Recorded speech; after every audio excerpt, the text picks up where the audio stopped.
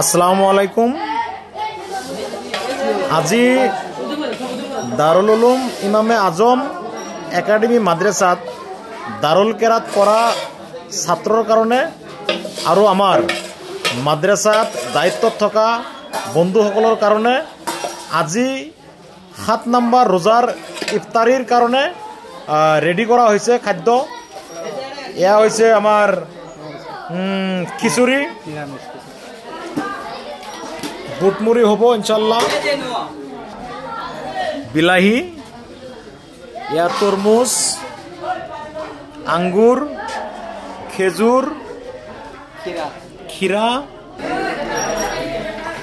আৰু যেহেতু আধা ঘন্টা সময় আছে, ইফতারির আধা ঘন্টা সময় আছে, ইতিমধ্যে খাদ্য সব রেডি হয়ে গৈছে। পাক্কা সময়ত ইফতারি করা হব। দারুল কেরাত পড়া ছাত্রসকলে লাইন পাতি বহি আছে।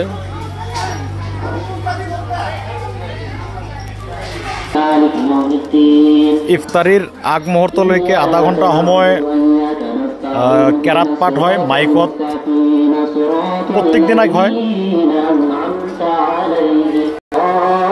এয়া হৈছে জিলাপি। যেহেতু 100 মান ছাত্র আছে, কমসে কম 1 পিসকে হব লাগিব, সেইকাৰণে 3 কেজি জিলাপি লোৱা হৈছে। মোৰ মামা মোৰ লগত আহিছে ইফতাৰি কৰিব মাদ্ৰাসাত, প্ৰত্যেক দিনাই আহে। আৰু অহাকালি মামা আবু বকৰ সিদ্দিকে ইফতাৰি দিব ইমামে আজম মাদ্ৰাসাত। দাৰুল কেৰাত পড়া ছাত্ৰসকলে লাইন পাতি বহিছে।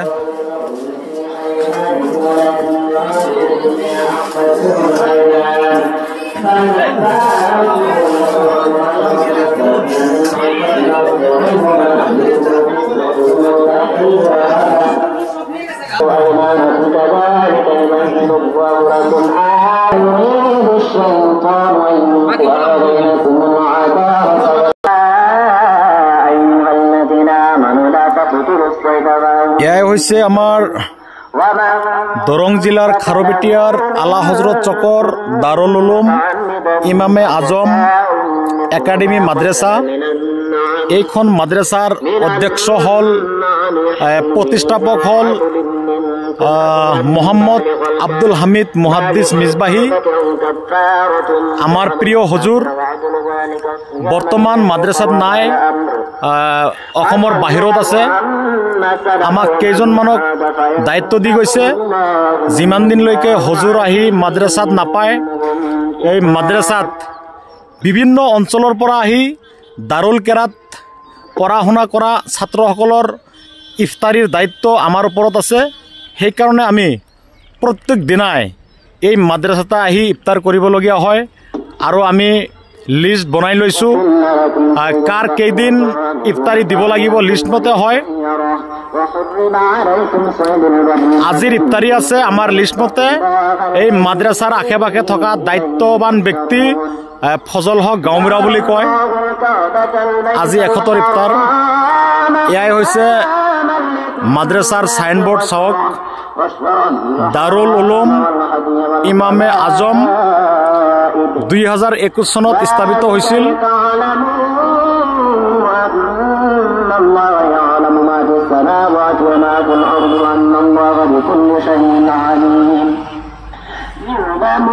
এই মাদ্ৰাসাখনৰ চাৰিওফালে সিসি ক্যামেৰাৰে আবদ্ধ আছে। প্ৰত্যেকটো ক্লাছৰুমত সিসি ক্যামেৰা আছে, বাহিৰত সিসি ক্যামেৰা। এয়াই হৈছে মাদ্ৰাসাখনৰ ভিতৰৰ পৰিৱেশ। প্ৰত্যেকখন শ্ৰেণী কোঠাত সিসি ক্যামেৰা লগোৱা আছে।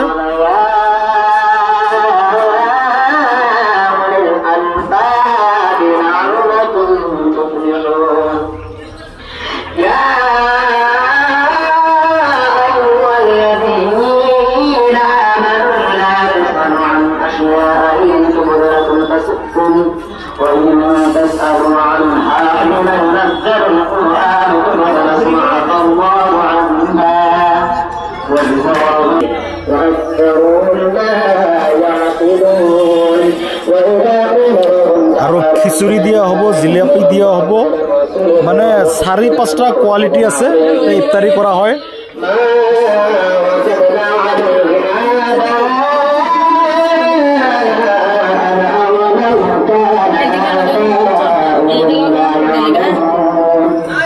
এসেছে। لا يعلمون شيئا